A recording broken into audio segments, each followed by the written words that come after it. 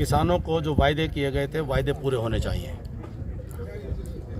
और मुझे तो तकलीफ़ और दुख और दर्द होता है कि जब हम क्षेत्र की नुमाइंदगी कर रहे थे, हमारे क्षेत्र के लोगों को कभी टेलीफोन भी करना नहीं पड़ा। हमने समय रहते सारी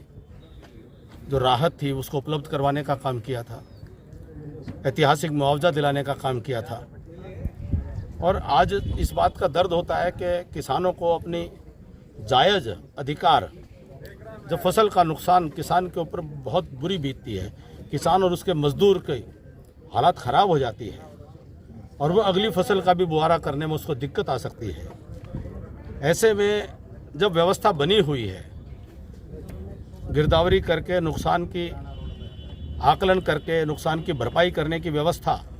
वह सरकारी खजाने से भी बनी हुई है और बीमा कंपनियों के माध्यम से बनी हुई है, केंद्र सरकार की और राज्य सरकार की योजनाओं के माध्यम से बनी हुई है। तो ये क्या कारण है कि ये लेट होती है और किसान को मजबूर होकर के अपनी आवाज़ बुलंद करनी पड़ती है। ऐसे कोई भी किसान है जिसको उसकी फसल के नुकसान का मुआवजा नहीं मिला, हमारी हमदर्दी उनके साथ है और हम उम्मीद करेंगे कि प्रशासनिक अधिकारी अपनी जिम्मेदारी को समझें और जल्द से जल्द जो केंद्र और राज्य सरकार की नीतियों और व्यवस्थाओं के तहत वो किसानों को राहत देने का काम करें और सरकार इसको संज्ञान में ले। जी, कोई भी संसद की बहस में कोई भी ऐसा बात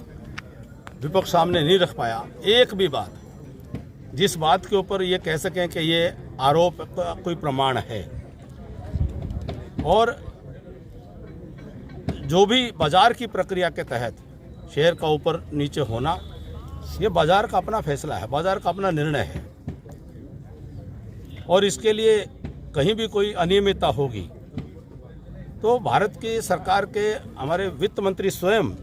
निर्मला सीतारमण जी बड़ी जिम्मेदारी से कह चुकी हैं कि हर रेगुलेटरी अथॉरिटी अपना काम करे, आम निवेशकों की चिंता भी करे और वहीं कोई भी विपक्ष अगर प्रमाण सहित कोई बात करता है, निश्चित तौर पर सरकार उसको संज्ञान में लेकर के उचित कार्रवाई कर सकती है। लेकिन महज आरोप लगा देना, और वो लोग आरोप लगा रहे हैं जो स्वयं बेल पे घूम रहे हैं, जो स्वयं अपने खातों में घोटाला कर रहे हैं, जो स्वयं किसानों की ज़मीन को हड़पने के आरोप में जिनके ऊपर आज उनको बेल लेकर के रहना पड़ रहा है, जिन्होंने सदा देश को लूटने का काम किया है, जिन्होंने देश में क्रोनी कैपिटलिज्म के माध्यम से अनेकों पूंजीपतियों के साथ मिलजुल करके देश को लूटने का काम किया है। इस देश के अंदर कौन भूल सकता है 2014 से पहले किस प्रकार से फ़ोन बैंकिंग हुआ करती थी, किस प्रकार से बैंक प्रणाली को पूरी तरह से एक लूट का माध्यम बना दिया गया था। तो ऐसे में इस प्रकार से अनर्गल आरोप लगा देना ये शोभा नहीं देता है। भारत के प्रधानमंत्री श्रीमान नरेंद्र भाई मोदी जी के नेतृत्व वाली केंद्र सरकार का केंद्रीय वित्त मंत्री श्रीमती निर्मला सीतारमण जी ने जो एक प्रकार से 9वां बजट संसद के पटल पर प्रस्तुत किया है, यह पिछले 8 वर्षों से जिस प्रकार से देश आर्थिक तौर पर मजबूत हो रहा है, पूरी दुनिया के अंदर आज आर्थिक दृष्टि से विकास की एक उम्मीद बनकर के भारत बना है और उभरा है।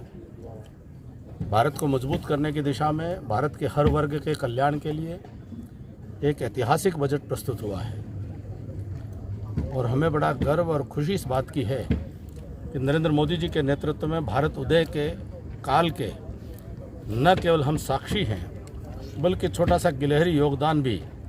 एक पार्टी के कार्यकर्ता के नाते, देश के सिपाही के नाते देने का हमें मौका मिल रहा है। इस केंद्रीय बजट में भारत के भविष्य को लेकर के जो संकल्प किए गए हैं वह निश्चित तौर पर भारत को जो इंडिया एट 100, भारत जब 100 वर्ष का पूरे करेगा आज़ादी के, तो ये आज़ादी के अमृत काल का पहला बजट है और 100 वर्ष पर भारत किस स्थिति में होगा, दुनिया के विकसित राष्ट्रों की श्रेणी में खड़ा होगा, अग्रणी राष्ट्र होगा, मजबूत अर्थव्यवस्था के साथ दुनिया का नेतृत्व करने का काम करेगा, ऐसा संकल्प लिया गया है। 140 करोड़ लोगों के कल्याण हेतु गरीब के कल्याण के लिए, किसान और मजदूर के कल्याण के लिए अनेकों योजनाएं इसके अंदर रखी गई हैं। देश को सैन्य दृष्टि से मजबूत करने के लिए सैन्य नए उपकरण और आधुनिकीकरण करने के लिए बजट के प्रावधान किए गए हैं। वहीं जो छोटा व्यापारी उद्यमी है उसको करों में बड़ी राहत दी गई है और हर आम करदाता को इस बजट के माध्यम से राहत देने का काम किया है।